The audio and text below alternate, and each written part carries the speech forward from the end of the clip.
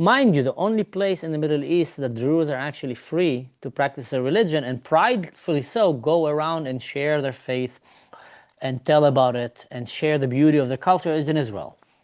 In many places, including Jordan, Lebanon, Syria, they often need to pretend that they're Muslims just so they're not being killed.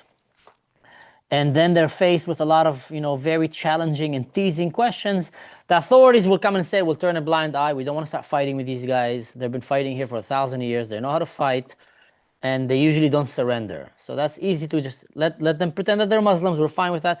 But then the people many times will come and try to tease them. Yeah, if you're Muslim, let me marry your daughter. Let me take your daughter. And then the Druze will have to back up, and you say, no, we're sorry. Oh, what do you mean? You just marry inside. And it created a lot of antagonism against the Druze, which kind of reminds us of the Jews, by the way. A lot of the anti-Semitism, not all, came because the Jews simply just wanted to live by themselves, by their own rules, by their own faith, and to be allowed to practice their faith as they see it, as it was given to them by their fathers and the grandfathers and the grandfathers, and ancestors back from the book of the Bible.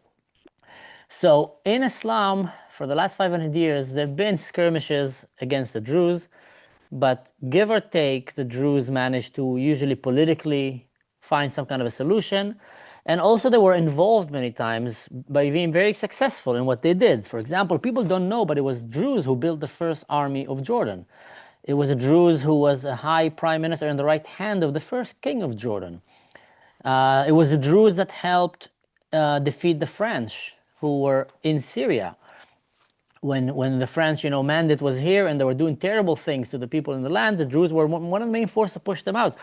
And during the Assad regime, it was the Druze who actually provided shelter to many, many Syrians. Now, under Assad, all people in Syria suffered equally bad. He was just equally evil to everyone, but he was secular, not like Jawlani, which is, as bad, only religious. That makes it even worse.